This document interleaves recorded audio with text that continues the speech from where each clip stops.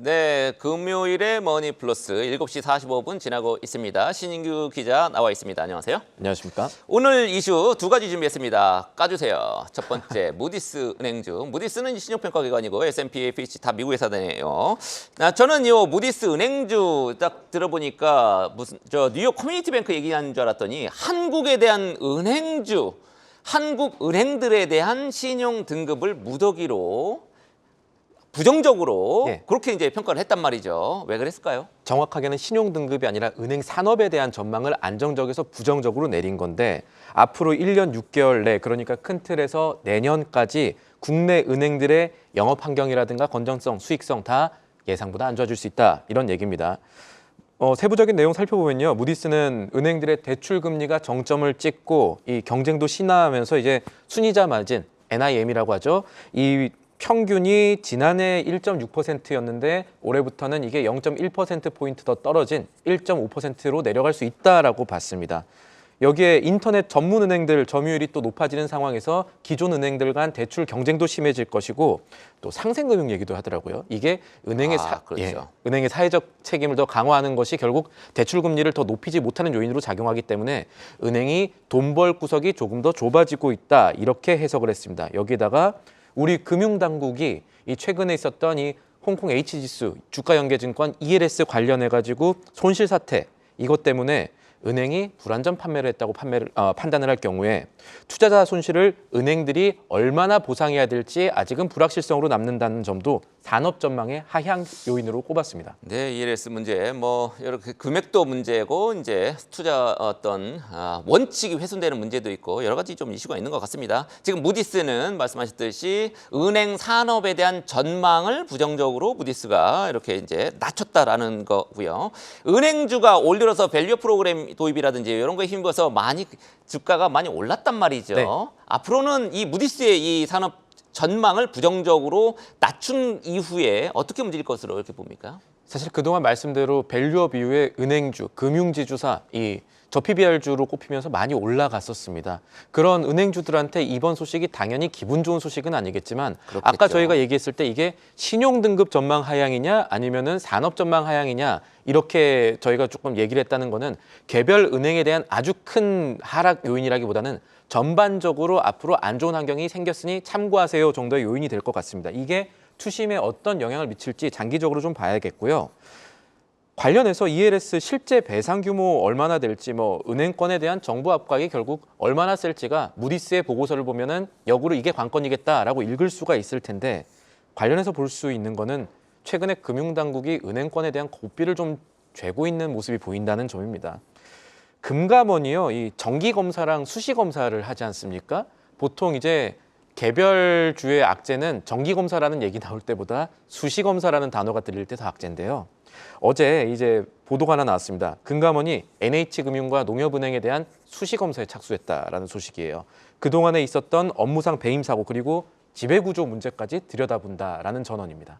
네, 그렇군요. 무디스가 우리 한국에 대한 성장률 요거 전망도 다른 기관보다 조금 안 좋게 지금 평가하고 있다면서요. 네. 약간 기분이 살짝 안 좋은데. 그러실 수가 있습니다. 이 다른 기관들 보면 대체로 우리나라 올해 실질 성장률 2.2%에서 2.1%, 한국은행 같은 경우는 2.1%로 보고 있습니다만 이번에 무디스는요 올해랑 내년 그러니까 2024년이랑 2025년까지 한국이 2%대로 좀 낮게 갈 수 있다고 봤습니다. 장기 성장률은 2.5% 할 수 있다고 봤지만요.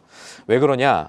고금리가 좀 부담이 될 거로 봤습니다. 주력 산업은 이제 금리 높아지고 환율 문제 있으면은 환율이 좀 떨어지면 수출 회복세가 가능하겠지만 이자 부담이 지금 한국 경제에서 좀 과도한 수준이 있을 수가 있고 또 그렇게 되면은 생활비가 높아지기 때문에 이게 구매력, 그러니까 내수에 좀 안 좋을 수 있다라는 얘기입니다.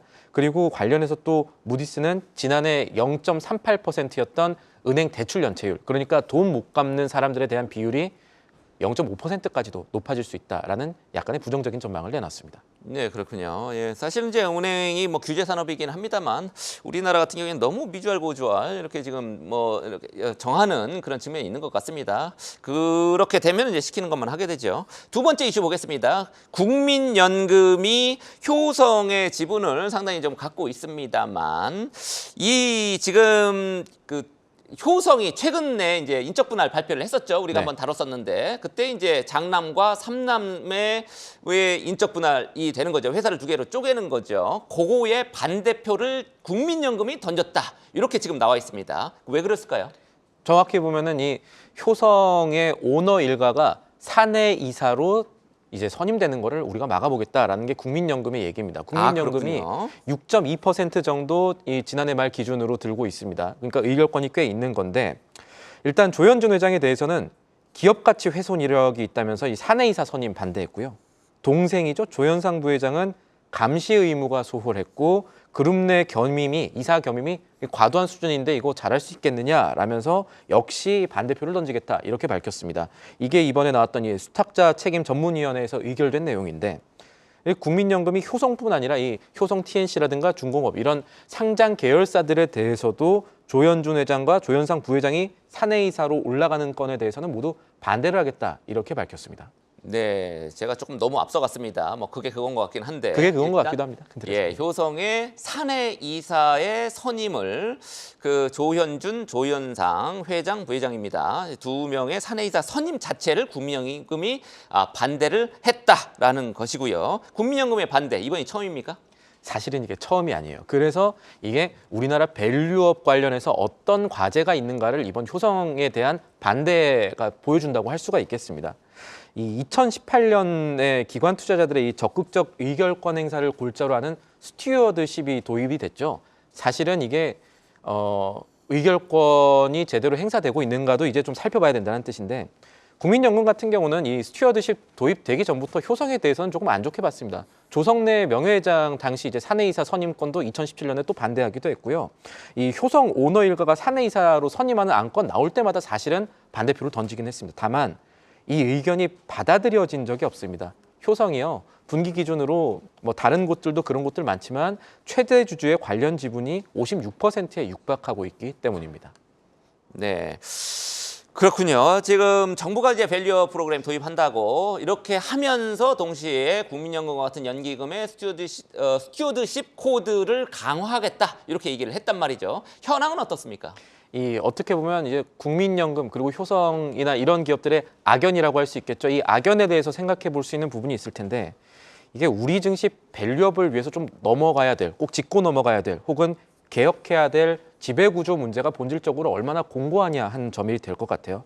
단순 지분 표대결로만 가서는 주주가치 재고 달성이라는 게 어쩌면 좀 어려울 수 있지 않나라는 거를 또 다른 거를 생각해 봐야 되지 않냐 이런 시사점이 있다는 점이겠죠.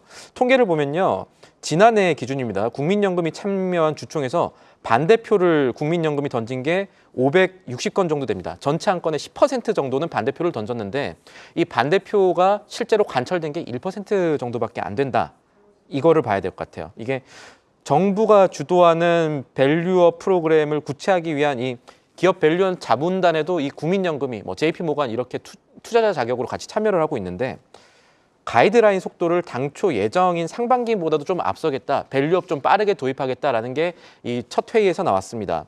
근데 밸류업 프로그램이라는 건 속도만큼이나 알맹이도 중요하다 이런 얘기들이 나오는데 이번 첫 회의에서 자율성이 조금 더 강조가 됐었거든요.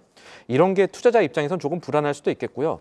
밸류업 관련해서 제일 중요한 것들, 결국 본질적인 지배구조에 대한 부분들도 이 회의들이나 아니면 국민연금 같은 투자자들이 좀 건드릴 수 있는지 이런 것도 살펴볼 부분이 되겠습니다. 네, 그렇군요.